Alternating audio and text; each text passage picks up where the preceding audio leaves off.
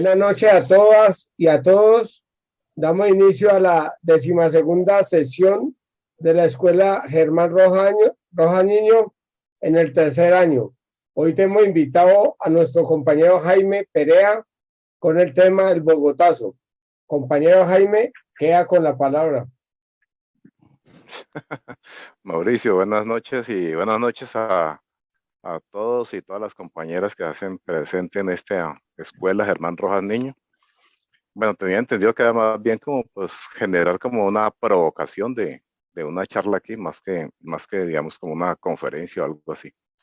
Y desde ese punto de vista pues sería como la estructura o la idea de propuesta aquí en esta reunión. Eh, Quisiera empezar diciendo, pues, digamos que los tiempos cambian, digamos, la memoria, los tiempos también dejan algunas cosas por ahí como relegadas, como un tanto en el olvido, pero también los cambios que va viviendo la sociedad respecto a las generaciones. Y lo que antes, cuando los más viejitos, pues, bueno, los más viejitos recordamos que antes que estas fechas eh, se celebraban, había una conmemoración, la dinámica era mucho más fuerte, mucho más intensa, digamos, como el recuerdo de lo que había significado el 9 de abril. Hoy, sin embargo, pues tenemos algunas condiciones que no tienen o que han cambiado, digamos, como la fuerza de este tipo de eventos, pero que me parece muy importante, muy interesante en la coyuntura porque de alguna u otra manera nos puede también ayudar a leer el momento político que estamos viviendo y lo que se manifestaba pues ahorita por parte de los compañeros en el video que está promocionando Mauricio. Digamos que en esa época, igual que ahora, se habló del famoso estallido, ¿no? Como un fogonazo, ¿no? Como un instante de rebeldía popular y el famoso Bogotazo, pues algo así parecido a como se habla del famoso paro cívico nacional del 28 de abril como el estallido social, como un fogonazo. Y esas formas, digamos, de caracterizar un movimiento social, esas formas de darle nombre a un movimiento social, indudablemente tienen una connotación muy fuerte porque lo que intentan en últimas es colocarle un manto de oscuridad a lo que significa una situación de demanda de cambio, una situación de crisis muy profunda del modelo económico, del modelo social, del modelo político imperante en el país. Eso, digamos, en esa más o menos, en esa misma consideración, fue que se ha denominado el famoso Bogotazo, como simplemente pues fuera como la ira de la gente por el asesinato de un líder y digamos, fue como el levantón y pare de contar. Cuando, digamos, uno revisa o se trata de revisar la historia, entonces encontramos que hay muchas cosas que llevan indudablemente a tener un momento que puede significar como algo así como el 20 de julio, el florero de Llorente, es decir, algo que ayuda a rebosar la copa, pero no es el hecho que genera esa rebeldía o esa inconformidad o esa expresión de la ciudadanía en la calle.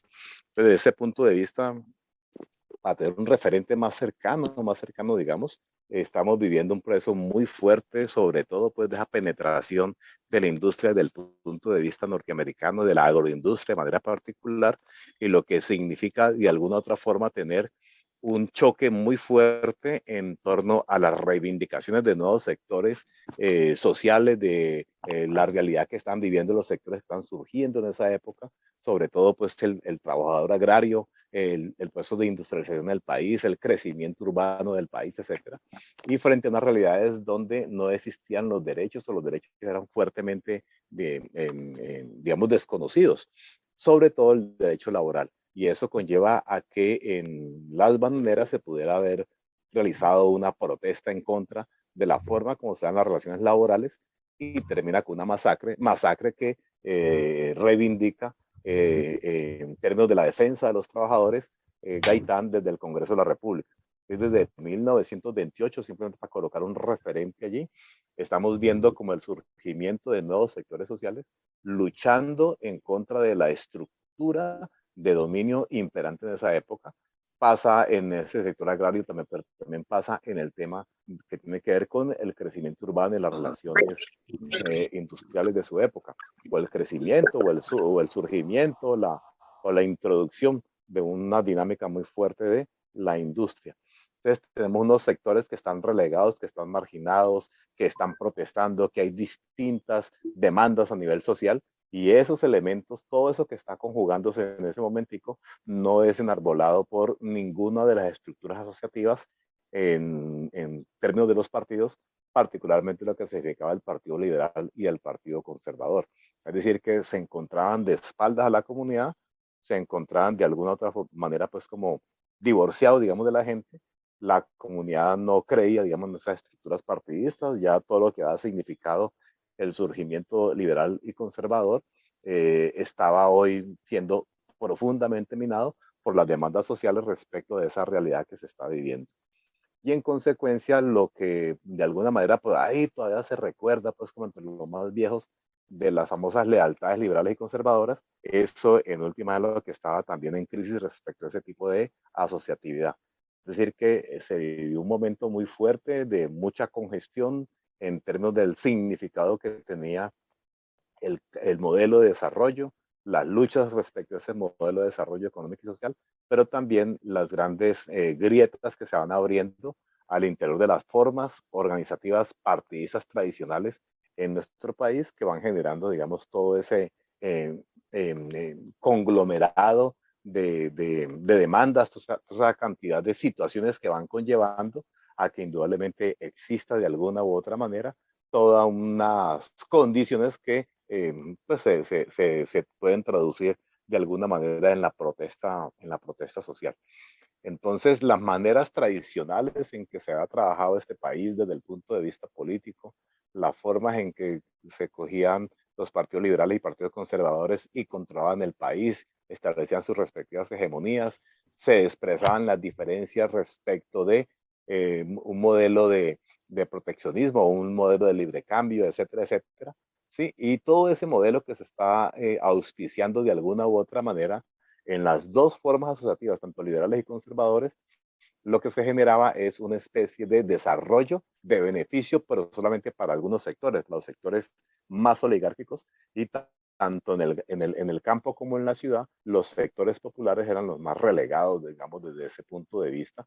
No había una correspondencia entre lo que se suponía que iba a significar como un crecimiento o una prosperidad en términos de la comunidad, en términos de toda la gente. Esto lleva a tener algún tipo de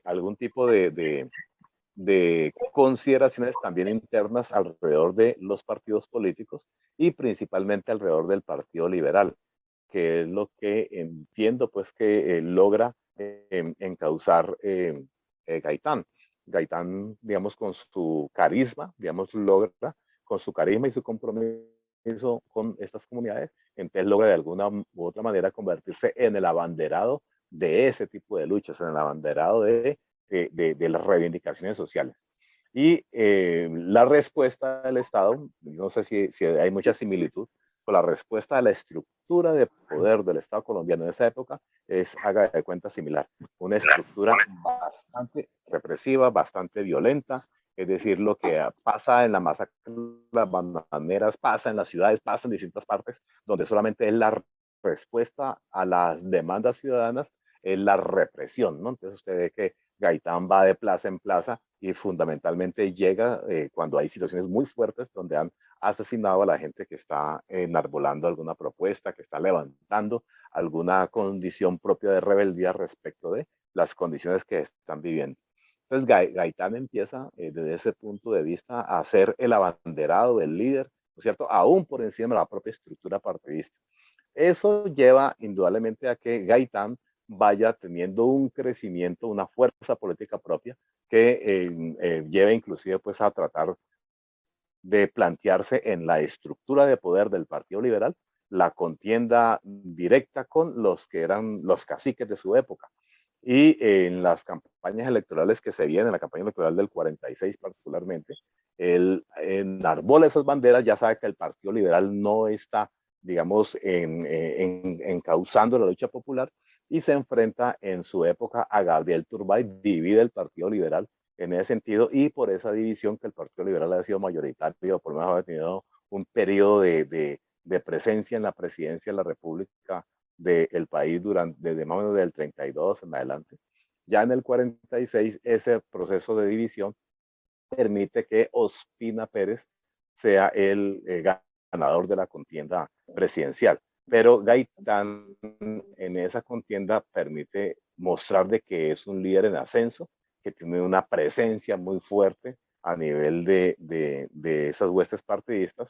Y unos meses antes se había se había convocado a la elección del Congreso, y en la elección del Congreso Gaitán había mostrado una fuerza importantísima en el aparato legislativo, es decir, había tenido una presencia fuerte, grande al interior del Congreso de la República.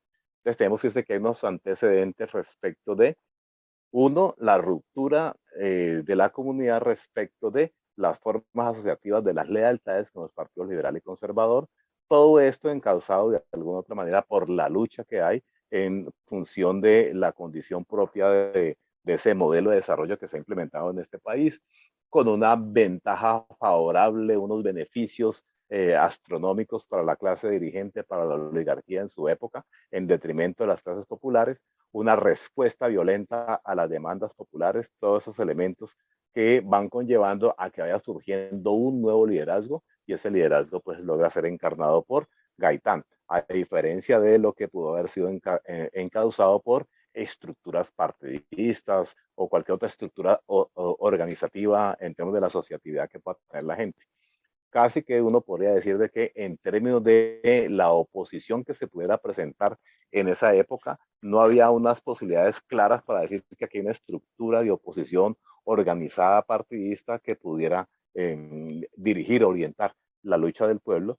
Había una oposición de alguna manera pues que tenía unos procesos muy fuertes, pero había una oposición muy fuerte en términos de la división interna, en términos de la misma desorganización que tenían, y principalmente pues de una ineficacia pues tenacísima. Todos esos elementos yo creo que son los que conjugan o son los que alimentan la construcción de un líder muy carismático, de un líder muy fuerte que rompe con las estructuras tradicionales, que fue, que fue Gaitán.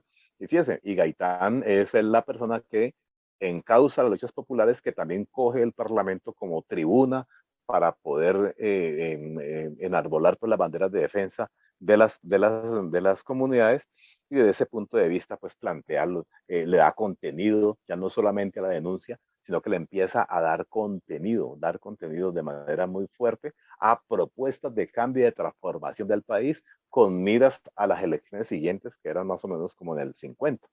Entonces empieza a enarbolar ese tipo de banderas, y a través del mundo, en el resto del mundo, pues también se empieza a construir de una manera muy fuerte la división bipolar, ¿no? De comunismo, capitalismo, o socialismo, capitalismo, o el bloque oriental y el bloque occidental, etcétera, etcétera.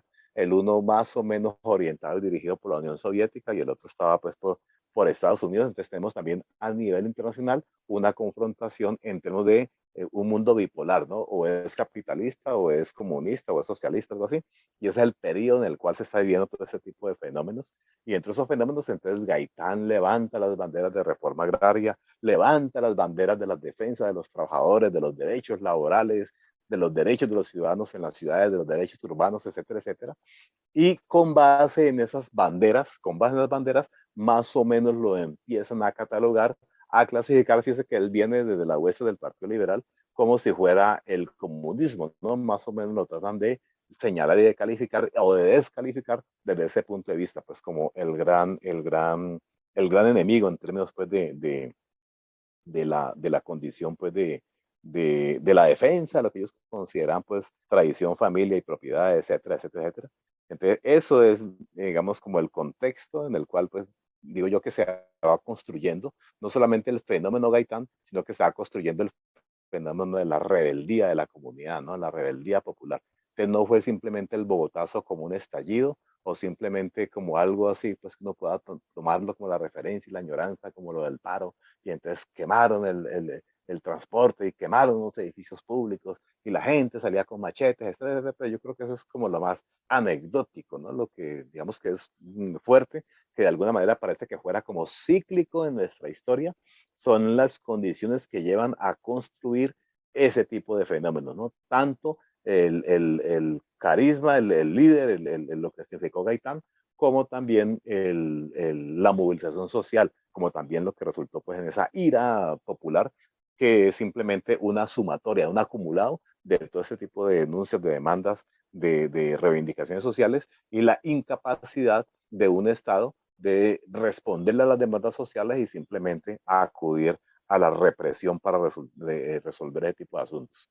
Y en todo ese marco, sumado a la demanda, sumado a la denuncia, sumado a la marcha, acuerda que también hizo Gaitán la famosa marcha del silencio, ¿no? Contra Mariano Ospina Pérez, y era fuerte, ¿no? El discurso que uno le escucha, o no sé si ustedes lo han leído, el discurso de Gaitán, a pesar de ser la marcha del silencio, una marcha por la paz y todo el cuento, el discurso es profundo, es muy fuerte, y desde esa fortaleza le dice que no vaya a confundir el silencio con cobardía, ¿no? Que la marcha del silencio no significa que la gente no sea capaz de salir a luchar, a defender sus banderas, más o menos manifestándole de que por mucho que reprima, no va a lograr entonces que la gente se la arrodille a unas políticas que no conducen, digamos, a la reivindicación social.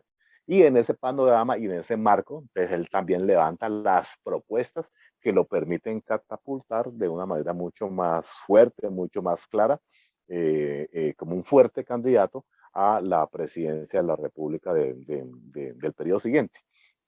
En ese marco, fíjese, de lo nacional y lo internacional, Colombia en este contexto entonces tiene un peso particular, un significado importantísimo, porque en comparación con América Latina, pues Colombia ha sido un país que ha logrado mantener, digamos, unas muy fuertes y muy buenas relaciones con el gobierno norteamericano. Ospina Pérez en esa época y durante ese proceso, indudablemente pues es mucho más alineado a la política norteamericana, nombra ministro de Relaciones Exteriores o canciller, algo así. En todo caso, la persona que se dedica o que está encargada de trabajar el tema internacional es Laureano Gómez, el padre de Álvaro Gómez Hurtado, y Laureano de esa condición es el anfitrión para realizarse una reunión panamericana aquí en Colombia, que es más o menos, que es la fuente, no es más o menos lo que es la fuente, o es la reunión que permite la creación de la Organización de Estados Americanos, más o menos sobre la idea norteamericana de tener un patio protector acá de sus intereses en América Latina respecto del comunismo, y entonces más o menos lo que se enarbolan son las banderas de protección de estos países respecto al comunismo, y la OEA en principio tiene eso como un fundamento claro, orientado principalmente por Estados Unidos, y desde esa coyuntura en Colombia está Laureano Gómez al frente de ese ejercicio, y en ese momento también aquí en Colombia entonces sirve de escenario para que se congreguen otros sectores que también promueven no necesariamente el comunismo, pero están promoviendo de manera clara y particular la transformación, los cambios, reivindicando de alguna otra manera una condición mucho más democrática en esos países. Y hay una fuerte, digamos, un fuerte motor, una fuerte relación, participación. Fíjese que hay muchos elementos que son como muy parecidos, muy similares a los de ahora. Hay una fuerte relación del movimiento estudiantil. Entonces el movimiento estudiantil es muy fuerte, y entonces también se convoca casi que paralela con la Organización de Estados Americanos, la Reunión Panamericana, se convoca también la Federación de Estudiantes. Y ahí aparece el elemento novedoso de la presencia de Fidel Castro aquí en Colombia, que coincide en ese momentico pues con el Bogotazo, y Fidel Castro es un estudiante, digamos estudiante en Cuba, y viene y está en esa reunión de la conformación de la Federación de Estudiantes. Entiendo que allí, perdón, para esa época, en ese momento, está convocado también Gaitán para que pueda pues dirigirse pues a la masa de estudiantes, etcétera. Digamos que hay una serie de cosas anecdóticas, pero lo que es muy significativo es el escenario que se está viviendo en términos de los distintos intereses, y lo que de alguna u otra manera recoge o simboliza Colombia en ese momento, y por eso permite también la reunión panamericana y también permite la reunión de la Federación de Estudiantes, y ahí ese tipo de coincidencias, ¿no?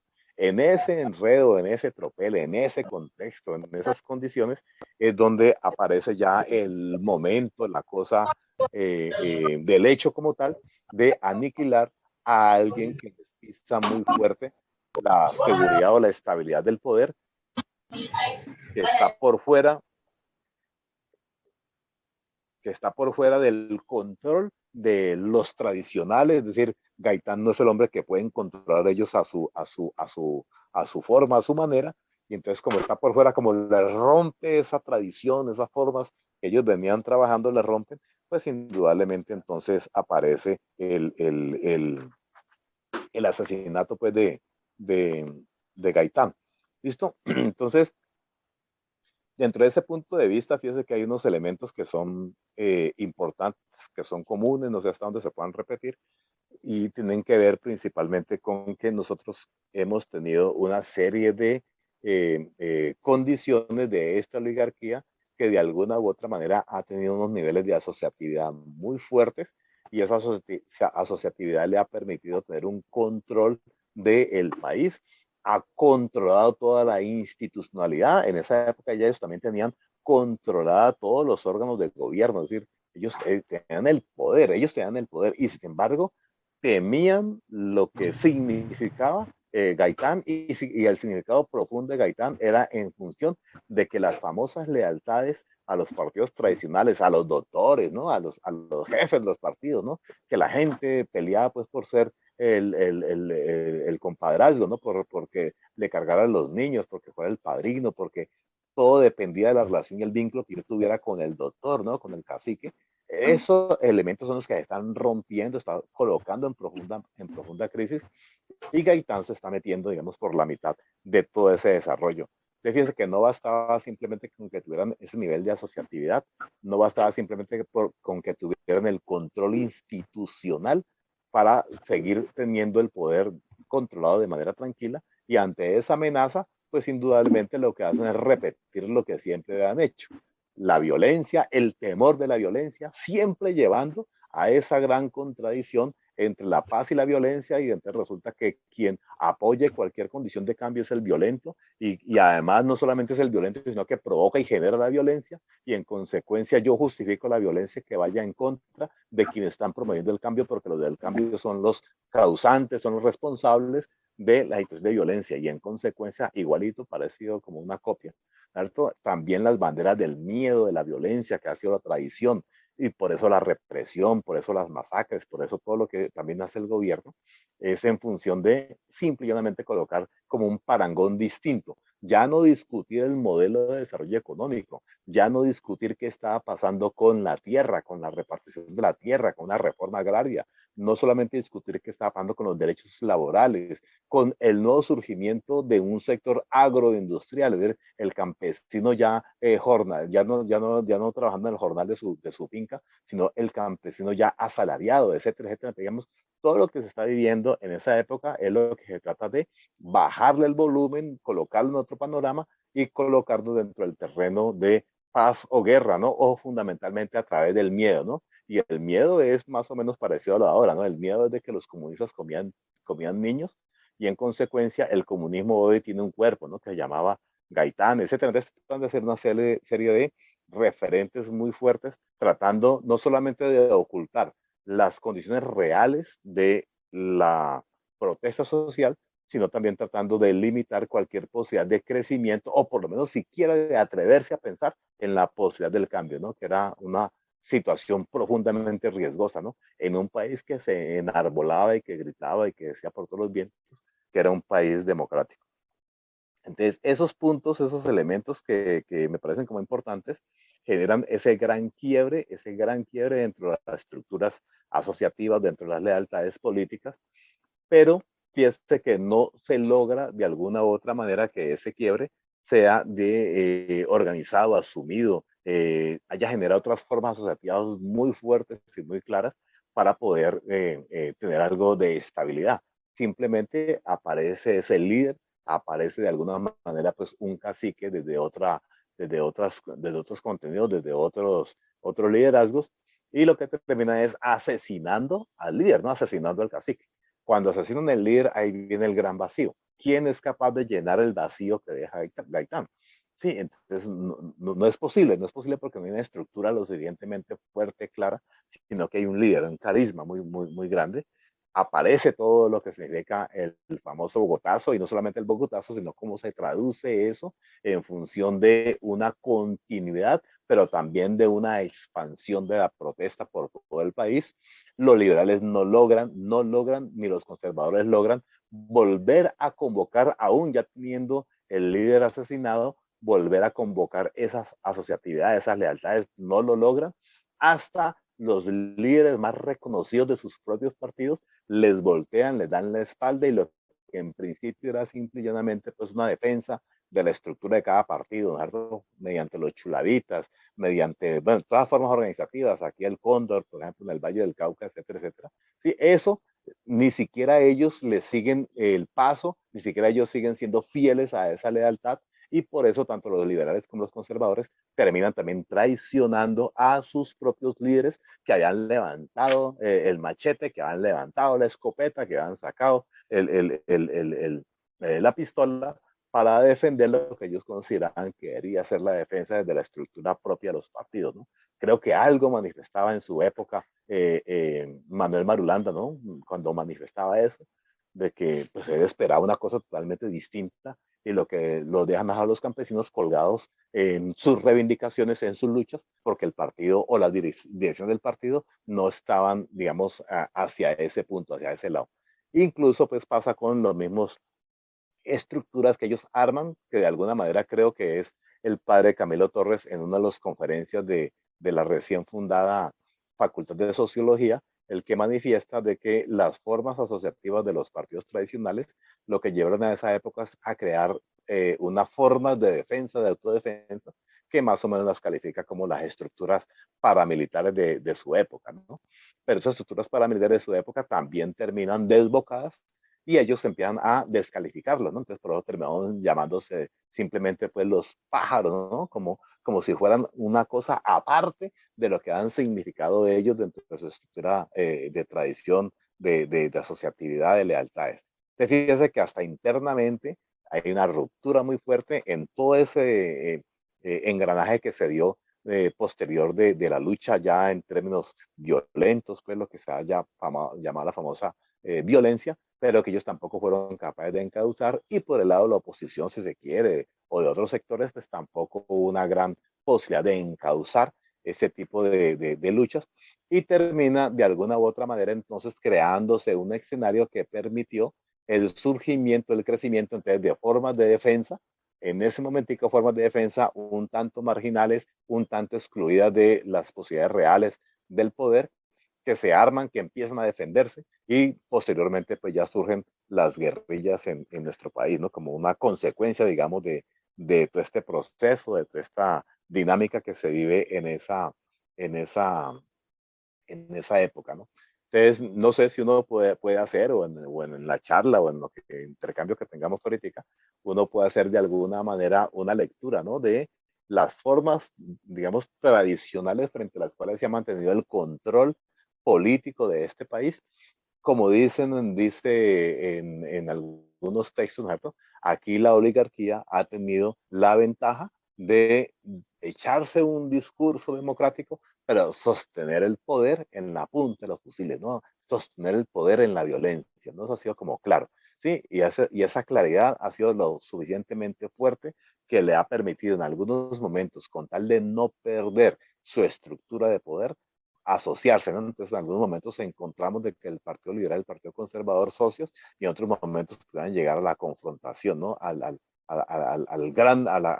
gran disputa, pero cuando aparece un fenómeno que no pueden controlar, indudablemente lo que asume la dirección política del sostenerse en el poder son las armas, es la violencia, es el descalificar al oponente, etcétera, etcétera, y principalmente pues el asesinato, ¿no? Tanto de líderes populares, o masacres sociales, o represión masiva, como se hizo en el paro cívico, como se hizo en las bananeras, como se ha hecho en tantas partes, y también el asesinato de los líderes, ¿no? De los magnicidios, como decimos ahora en la época más civilizada, ¿no? Los famosos magnicidios, pues que simplemente son digamos, represión directa por parte del Estado, de ir el Estado de manera directa, violando los derechos. Bueno, eso es lo que yo pensé, digamos, en términos más interesantes, más importantes, más que lo anecdótico del 9 de abril, sería como que nos aproximáramos como a las condiciones, a lo que lleva primero.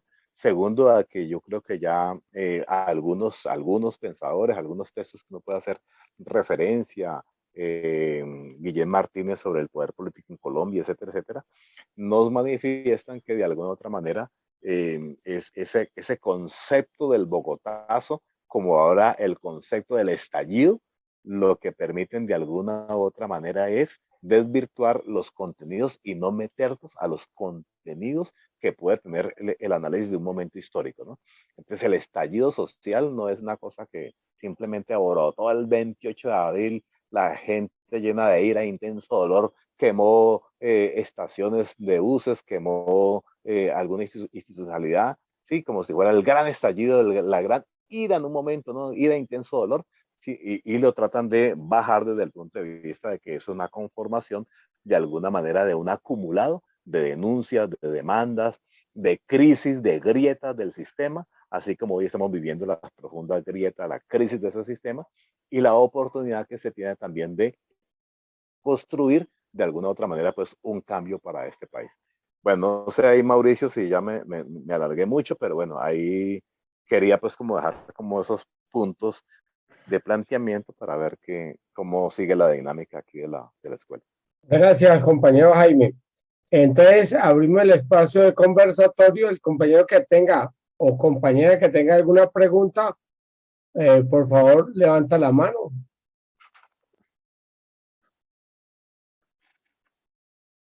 Uno No por solo uno. preguntas, ¿no?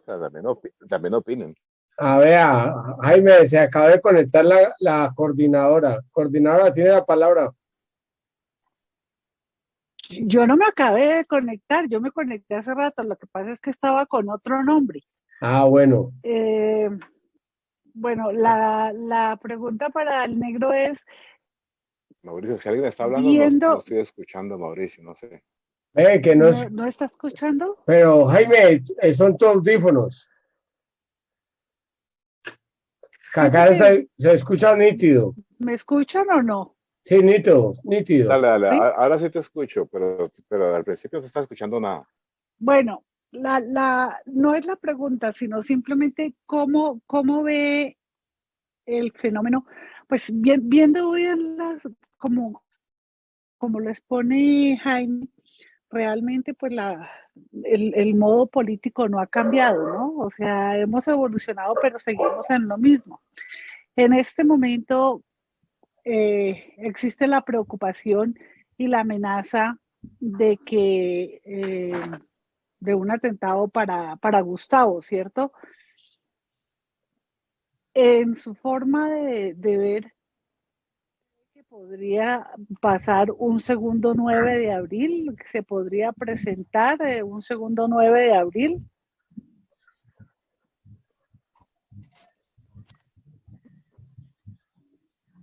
Bueno, yo creo ¿Cómo que vería? Porque cuando pensaría mataron pues a que hay Pizarro, cosas pues que nosotros, son similares, digamos, en el ejercicio de pero que, digamos, obedecen a muchos cambios. ¿Qué cambios yo veo yo? Veo yo que en un sentido me parecen muy inteligentes y me parecen muy importantes. Y es que, en principio, Gustavo no está quedando solo. Sí, Gustavo está tratando también de convocar a algunos sectores que permitan de alguna u otra manera no hacer el cambio, digamos, brusco de un momento a otro, sino tener la posibilidad de hacer una especie de tránsito. Pero yo creo que está convocando una serie de sectores que no necesariamente son, digamos, diametralmente opuestos al modelo neoliberal, ¿no? Entonces, ese nuevo modelo, esos nuevos acuerdos, eso es lo que permite aquí en ese momento, puede constituir, si ese es el concepto, si no estoy equivocado, puede constituir un momento que permita hacer el famoso pacto histórico. Y es decir, uno pacta es entre todas las fuerzas. Uno pacta solamente con los amigos de uno que quieren ir en un sentido. Uno pacta también con los otros en función de lograr entonces un proceso que permita como ir llevando en una transitoriedad, en un momento transitorio, ir llevando hacia el cambio.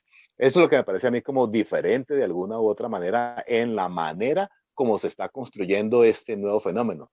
Lo que me parece que es como similar es que no tenemos una forma organizativa, una forma asociativa que permite decir, aquí hubo la oportunidad de constituir un partido.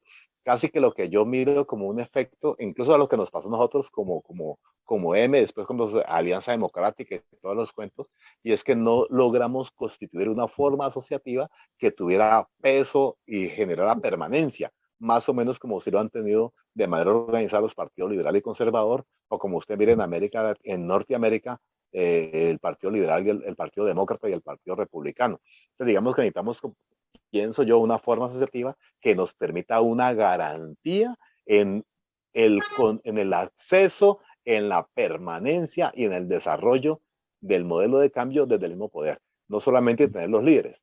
Si la coyuntura nos da para tener el líder, yo creo que hoy el momento, lo que yo creo que se está jugando hoy, me parece a mí que es muy inteligente desde ese punto de vista, de lograr que a través del concepto de pacto, el concepto de buscar acuerdos entre distintos, buscar acuerdos posibles desde ese concepto, sea posible entonces de que tengamos nosotros o podamos vivir la oportunidad de por lo menos un cambio en las figuras políticas del manejo, del control desde el poder político de este país y aparezca alguien que no es de las castas oligarcas, de las castas tradicionales liberales y conservadoras, hoy manejando o dirigiendo el país, que sería en este caso pues Gustavo.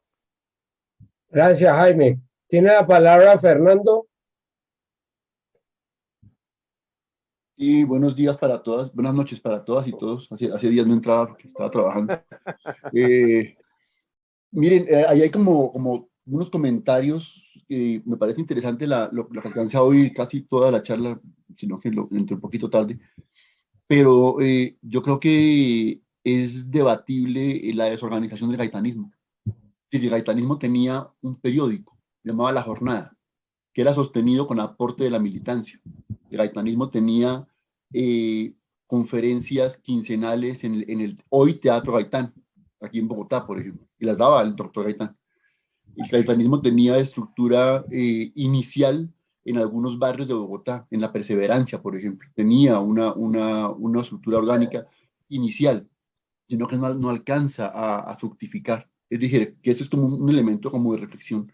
El segundo es que yo creo que ahí hay un elemento muy interesante del gaitanismo y es que tiene, a pesar de que está en un proceso electoral, tiene profundamente claro el problema del poder.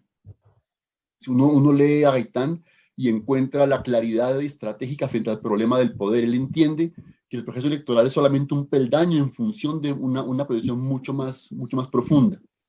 El tercero es que creo que es un elemento muy interesante, la visión geopolítica de Gaitán. Es decir, Gaitán tiene una clarísima visión del papel de los Estados Unidos en América del Sur, y eso es lo que en buena medida marca su destino de ser asesinado, fuera de la alianza de los Estados Unidos con la oligarquía o el dominio de Estados Unidos con la oligarquía. Que destaco un elemento que es muy interesante de su planteamiento y es el planteamiento de país político y país nacional. Ese elemento de ubicar la diferencia, la confrontación entre el país político y el país nacional está metido de cabeza en el problema de la construcción de nación y el debate de la construcción de nación, que no se ha resuelto todavía hoy. Y cuando Francia plantea eso de soy porque somos, se mete en esa misma línea de debate. Está situándose en un espacio desde los de abajo, empujando en la construcción de nación y en lo que debemos ser como país. Es como un elemento interesante. El otro ya son tres elementos más muy cortos. Yo creo que de Gaitán hay que también reivindicar el concepto de legítima defensa. En los últimos discursos, él lo dice, tiene una frase donde dice, un partido que muestra una disciplina como esta, de llegar a la Plaza de Bolívar en completo silencio, una inmensa multitud en silencio, es capaz de reaccionar en legítima defensa, y se lo dice a Ospina Pérez. Se lo dice directamente, señor presidente, es un partido que logra este nivel de organización en la calle, es capaz de reaccionar en función de la legítima defensa, es un elemento interesante.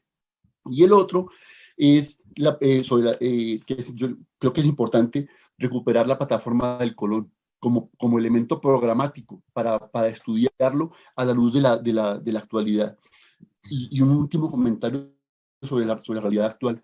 Yo estoy de acuerdo con el compañero Perea. Es decir, la garantía como el escudo que tenemos más importante fuera de la organización, que es urgente que comencemos a activar a nivel de base, fuera de la organización para defender el triunfo, para defender el gobierno, para garantizar los votos y para exigirle al gobierno también, fuera de eso que es urgente, el otro elemento que yo creo que es muy importante para la coyuntura es el elemento ideológico y el elemento político, porque allí, es decir, los fracasos de los movimientos progresistas en América Latina no son en últimas electorales, son en últimas culturales, es decir, cuando dejamos que se pierda la dinámica de la transformación que se inicia. Y bueno, yo dejaría por ahí, compa, muy interesante, muchas gracias, muy chévere.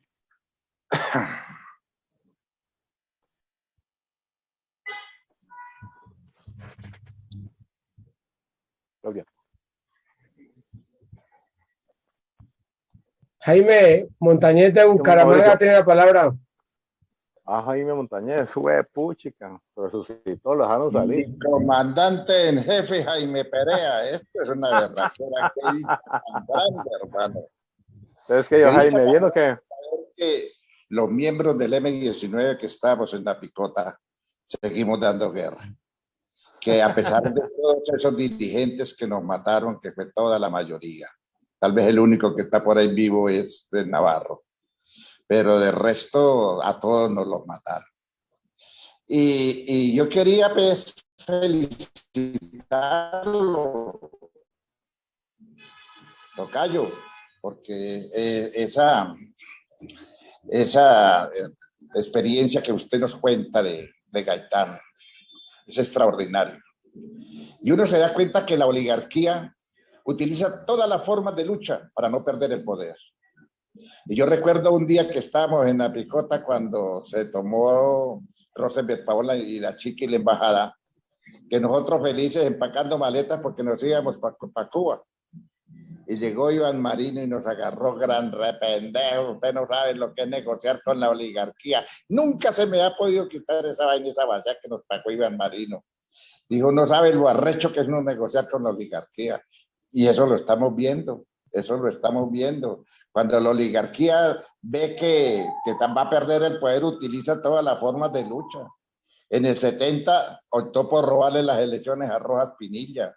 En el 90 mató a Luis Carlos Galán, mató a nuestro gran comandante Carlos Pizarro León Gómez, mató también a Bernardo Jaramillo, mató también a Jaime Pardo Leal, mató a la UP, porque ellos sienten y presienten de que perder el poder es muy berraco para ellos. Y ahorita pues me parece que ha sido un acto muy bueno lo que hizo Gustavo Petro en el pipe histórico, porque es la ayuda de todos, es que todos contribuyamos a organizarnos para poder mandar. Y Dios no lo quiera, como dice una compañera que habló antes, que no le vaya a suceder algo a Gustavo Petro. Dios mío, eso es incalculable, eso es innombrable, una vaina que no vaya a pagar eso, y Dios no lo quiera, y que Dios no lo guarde, y podamos llegar al poder. Y la otro, comandante, qué gran felicitación tengo, qué alegría tan berraca tengo de verte. Así sea virtual, pero me llena de alegría, llena mi corazón. Y yo sigo como siempre con mi guitarra por ahí cantando. Yo creo que para el 19 de abril, si me dan un espacio, pues vamos a cantarles una canción que yo hice de la toma de la Embajada de la República Dominicana cuando estábamos ahí. Toda la vida hemos peleado, ¿no? Ya toda la vida. Yo cumplí ayer 71 años y precisamente lo celebré ahí en la casa de Petro, en la casa del Pipe Histórico. Ahí tuvimos una gallaota y tocando y cantando, porque esto también es alegría, como dice Francia. Esto es una alegría del pueblo y para allá vamos. Vamos a ganar y vamos a estar alegres. Un abrazo fraternal. Gracias, gracias, compañero Jaime Montañez. Jaime, antes de dar vos la opinión de los dos compañeros anteriores, le solicito a los compañeros y compañeras que enciendan la cámara un minuto, por favor.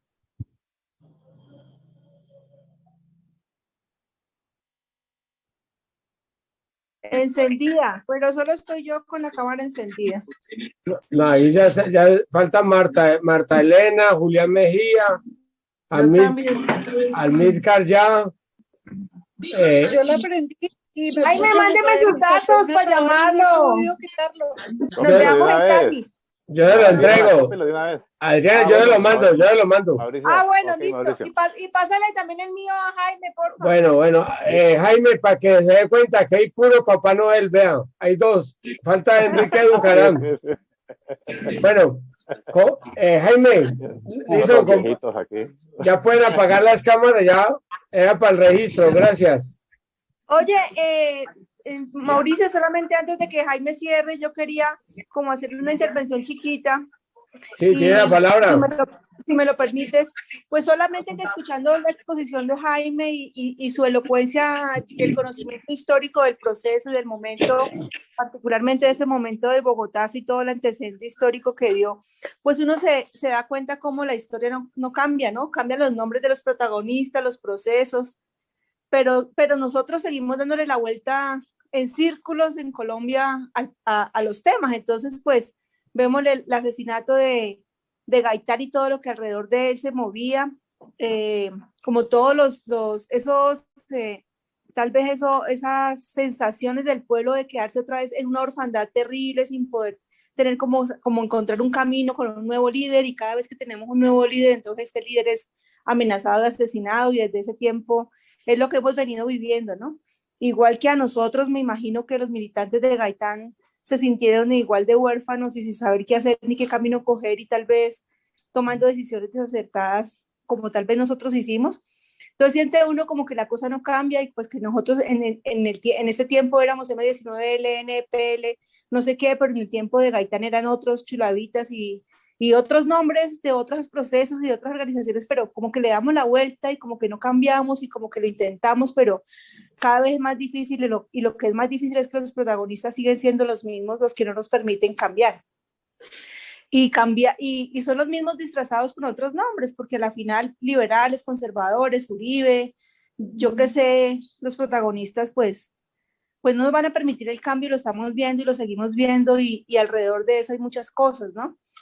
Y bueno, pues tal vez ahora ya no sea el asesinato, porque tal vez ya cambió la forma de aniquilar, más bien de neutralizarnos.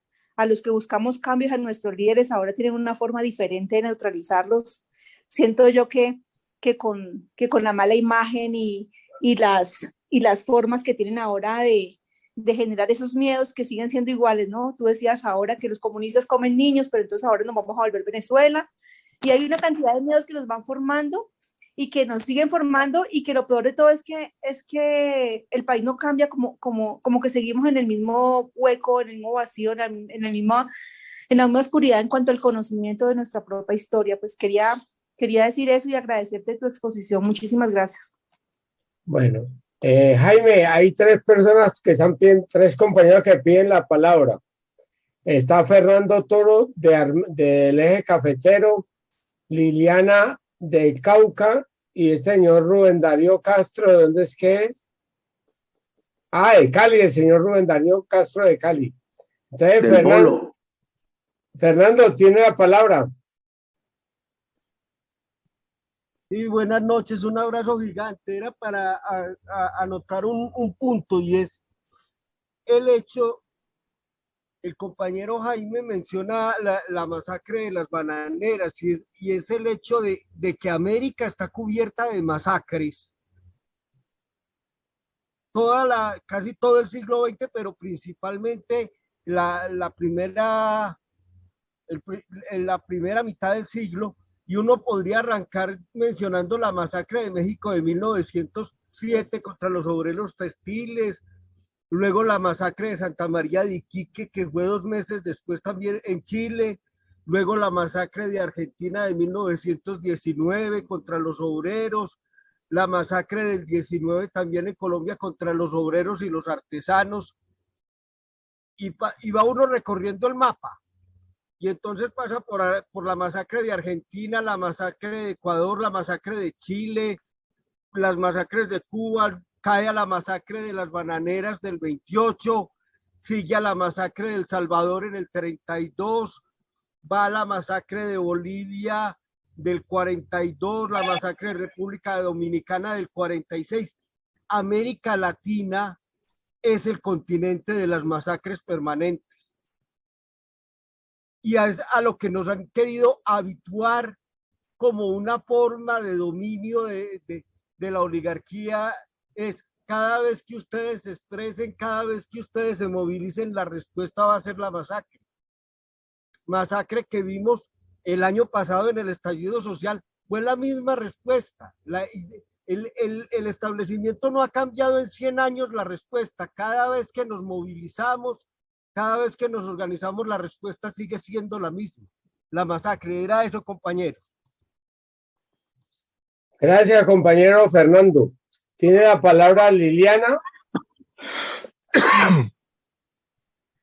Gracias. Bueno, yo realmente lo que quiero es como hacer una pregunta o algo como de reflexión, y es relacionado con lo que dijo el compañero anteriormente, y es hasta dónde nos tocaría cogernos como a pensar en que el poder viene de la boca del fusil, que es una frase famosa que, o sea, si nosotros realmente necesitamos el poder, y el poder tiene que ser siempre armado, porque si no, pues nos masacran.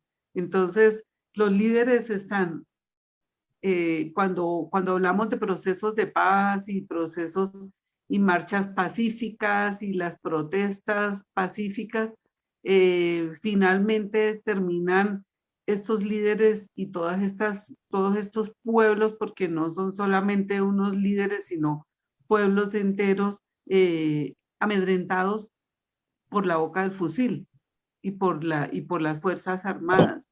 Entonces, pues hemos vivido, sí, a lo largo de décadas y décadas y décadas, viendo cómo se hacen como intentos y caemos y volvemos y nos levantamos, y caemos y volvemos y nos levantamos, y nos fortalecemos y volvemos y marchamos, y se repite como el mismo círculo. ¿De qué manera se puede crear, o creen ustedes que se pueda crear una dinámica y una estrategia a través de la cual realmente se pueda llegar realmente al poder, que si lo logramos ahora con Gustavo Petro, llegar al poder y sostenerlo, mantenerlo y generar los cambios que realmente nuestro país necesita? O sea, ¿qué estrategia? Porque tenemos que pensar en eso también, estrategias de protección para él. Si las Fuerzas Armadas no funcionan, mirar cómo a través de guardias civiles, guardias indígenas y otras formas de protección se pueden generar para que, no solamente para que haya seguridad hacia la vida de él como líder y de los otros líderes que lo rodeen, sino también hacia una posible gobernabilidad, porque una cosa es llegar al supuesto poder y otra cosa es ya cuando esté en el poder. También tenemos que pensar es cómo vamos a lograr para que él pueda avanzar en su proceso de gobernabilidad y no le metan palos a la rueda como lo hicieron cuando fue alcalde de Bogotá. Gracias, Liliana. Tiene la palabra Rubén Darío.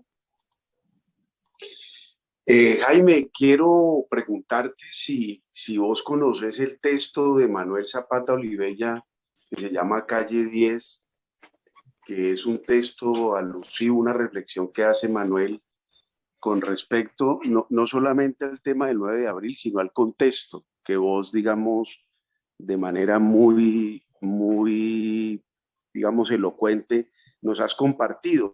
Y te lo digo porque allí hay una reflexión desde el punto de vista de Manuel Zapata Olivella en un país todavía en esa época mucho más racista que el de hoy. Entonces te quería hacer esa consulta. Gracias. Gracias, Rubén Darío. Antes que Jaime cierre la sesión, le solicito a todos los presentes que nos regalen 5 minutos después para dar alguna información. Jaime, tiene la palabra. Bueno, listo. No, muchas gracias a todas y todos. Fernando, un saludo especial a Jaime, ahí al hombre del obrero, Rubén Darío, Liliana. Bueno, yo creo que más que un cierre, yo creo que es simplemente pues como una posible reflexión, digamos, de lo que nos debe generar como más discusión y más debates. Aquí se abren unos puntos que son muy difíciles pues, de trabajar desde la perspectiva propia de la idea del tema de hoy, que es el Bogotazo, que estaría relacionado con lo que cuestiona Liliana casi pues, que a lo último, pero ya en función de sostener y mantener y cómo se garantiza y qué pasa con el poder y la relación directa con los fierros, con las armas. Digamos que eso es un producto pues, de otra cosa, de otra conversa, pues para poder tener más tranquilidad y más elementos para poder analizar ese tipo de asuntos. Lo del texto de Zapata Olivella, este texto en particular, Rubén Darío, pues no lo conozco, pues indudablemente pues sobre los temas de la discriminación en este país, pues hay muchas cosas aquí alrededor de eso, pero pues no he leído el texto de Zapata Olivella, pero hay otras referencias, otros textos que se plantean de Zapata también muy fuertes y muy claros en esa referencia, y de esa referencia es más o menos lo que hoy enarbola Francia en cierto sentido, y es simplemente que la demanda es dejarnos ser como somos. Es más o menos la demanda que dice Manuel Zapata Olivella, ¿no? No es que ustedes se parezcan a nosotros o nosotros nos tengamos que parecer a ustedes, sino que simplemente déjennos ser como somos, simplemente como este nivel de reconocimiento, como la gran bandera de lucha respecto a la discriminación. Yo creo que aquí hay unas situaciones que digamos que permiten desde ese punto de vista del Bogotazo y haciendo como una serie como de símiles con la realidad actual, que nos permiten tener unos referentes de comportamiento, unas formas, digamos, de relacionamiento con esta misma oligarquía, pues también algunos referentes nos pueden permitir, digamos, una dinámica en términos de la organización, en términos de la misma propuesta política, etcétera, etcétera. Pero que indudablemente los dos contextos son diferentes, por un lado, y por otro lado, la forma como se ha implementado esta dinámica política por parte de las fuerzas o lo que se pretende hacer como el cambio, también ha tenido una diferencia. ¿Y por qué digo que los contextos son distintos? Porque es que en la época que estamos hablando del Bogotazo, digamos, el concepto que había sobre el respeto a los derechos humanos, sobre el concepto de la democracia, etcétera, era bien primario, bien bajito. Y hoy yo creo que tenemos muchos más elementos, ya no solamente de la conceptualización, sino también de los contextos que permiten que por lo menos tenga mucho más aire la democracia. Y si usted mira América Latina, pues América Latina hemos pasado por distintos movimientos. En Brasil, en el mismo Venezuela, Nicaragua, bueno, Bolivia, Perú, Ecuador, Argentina, etcétera, ¿sí? Digamos que hay un ambiente que es muy distinto a la época en que está viviendo, donde solamente, pues, digamos, hay una división muy fuerte en la estructura bipolar del mundo, por un lado, y por otro lado, la forma, creo que ya lo comentaba, creo que Fernando que comentaba ahorita, la forma como de alguna manera se traduce esa política aquí en América Latina que se sustenta principalmente en el aparato militar, ¿no? En la fuerza militar, en la represión, en las masacres, en todo lo que ha sucedido en América Latina. Pero fíjese que hoy los cambios nos permiten tener también una esperanza respecto a lo que uno mira en América Latina, ¿no?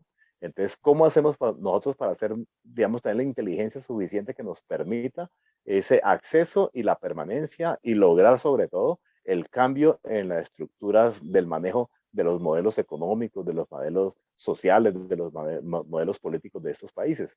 Esa es la apuesta, esa es la oportunidad que tenemos, pero esa oportunidad pienso que no es una oportunidad que hay que tomarla como de blanco o negro, sino que hay que verla también desde un proceso de transición tránsito, unas posibilidades de ir transitando de manera tranquila de un lugar a otro, que es lo que yo creo que hasta ahora pienso es el contexto en el cual se circunscribe el tema del pacto, ¿no? Digamos, como idea, como propósito, como concepto general de un pacto, de un acuerdo, ¿no? ¿Qué es lo que significa eso principalmente? Entonces, ¿qué país queremos? Un país que está desencuadernado, un país que tiene las mayorías en la miseria, un país que ha privilegiado la acumulación y el beneficio para unos poquitos, un país que se expresa con toda la crueldad, con toda la crudeza de la realidad que se expresa en lo que significó la pandemia, todo lo que estamos viviendo nosotros aquí en este proceso, y entonces uno dice, es indudable que así como estamos, es totalmente inmanejable y hay que buscar pues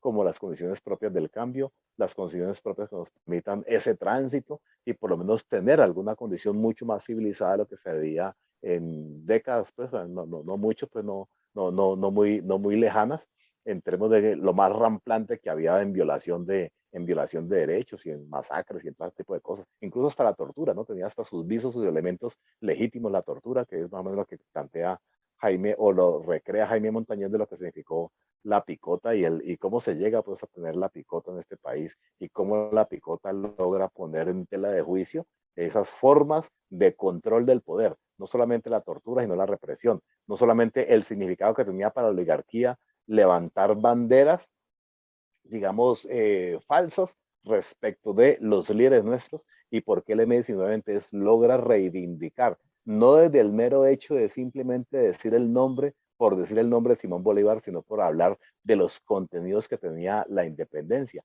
y por qué nosotros consideramos de que las Fuerzas Armadas que se adjudicaban ser herederas de Bolívar simplemente eran traidoras del pensamiento bolivariano. Digamos, todo ese tipo de elementos que se colocan en tela de juicio que desvirtúan la condición frente a la cual la oligarquía ha sostenido en el poder, es lo que permite que nosotros tengamos como esa aureola de tener ese reconocimiento en términos de lo que significa un nacionalismo, de lo que significa el cambio, de lo que era para nosotros buscar un país desde nuestra propia óptica, de nuestra propia mirada, de nuestra propia idiosincrasia, de nuestra propia cultura, y principalmente pienso yo que de lo que conjugó de manera fuerte el M también fue de nuestra propia diversidad étnica y cultural en este país y por eso que tenemos muy buenas relaciones también con comunidades indígenas y con comunidades negras. Entonces yo no lo veo como tan aterrador, sino que simplemente, pues digamos, hay unas condiciones que permiten analizar y mirar lo que pasó en el Bogotazo y que hoy yo creo que demandan de manera clara. Yo no pues comparto plenamente lo que decía Fernando respecto de la forma de la organización y del partido, ¿no? Yo lo que entiendo del discurso de Gaitán es que él no habla del partido, sino que habla de las multitudes silenciosas, no habla de un partido movilizado, él habla de las multitudes de esa ciudadanía, de esa comunidad movilizada, no del partido movilizado, él no habla de eso, no le dice eso a Ospina. Y además, digamos, lo que él se muestra es de que el hombre, yo soy un pueblo, ¿no? Él no es un partido, yo soy un pueblo. Y indudablemente hay unas formas primarias de organización, todo lo que sea, pero cuando estamos hablando de las formas asociativas, es lo que permite tener una permanencia, lo que permite tener un vínculo mucho más fuerte, no simplemente, pues digamos, unos posibles orígenes de organizaciones, pues aquí hay unos elementos básicos de organización, pero no creo que esos elementos básicos de organización son los que permitan decir, mire cómo la organización continuó con la lucha después del asesinato del líder. Aquí no aparece eso con claridad en el desarrollo de la historia. Sobre ese tipo de asociatividad, sobre ese tipo de organización, es lo que, digamos, se plantea en términos de las formas de cambio, en términos de los comportamientos políticos. Vamos a tener que transitar hacia una forma organizativa clara o una forma asociativa clara o no. Esa es, digamos, como la discusión. O sigue siendo funcional más bien unos elementos amplios como lo tratamos de hacer nosotros en una época de no ser una estructura, de no ser un partido, sino que simplemente ser una alianza, ¿no? Hoy se está planteando que es un pacto histórico. Bueno, entonces listo, entonces de pronto si esos son los elementos que nos permiten decir, con eso nosotros construimos la posibilidad de sostener en un futuro, pues digamos que va para adelante. El hecho es que tengamos claridad que no solamente vamos a tener el estallido en términos de que ganamos unas elecciones, sino que estamos planteando es de que eso no es un estallido, que estamos planteando que ese es un punto, un referente muy fuerte del cambio que requiere este país, no simplemente el estallido, así como nos tratan el paro psico o como trataron el Bogotá. Eso sería, pero no para concluir, sino también para dejar abierta una serie de puntos de debates y discusiones ahí con todos los compañeros. Y muchas gracias por la invitación y por la atención. Gracias, Jaime, por esta asistencia y siempre cuando te hacemos el llamado, está atento a ayudarnos. Muchas gracias, Jaime. Compañeros.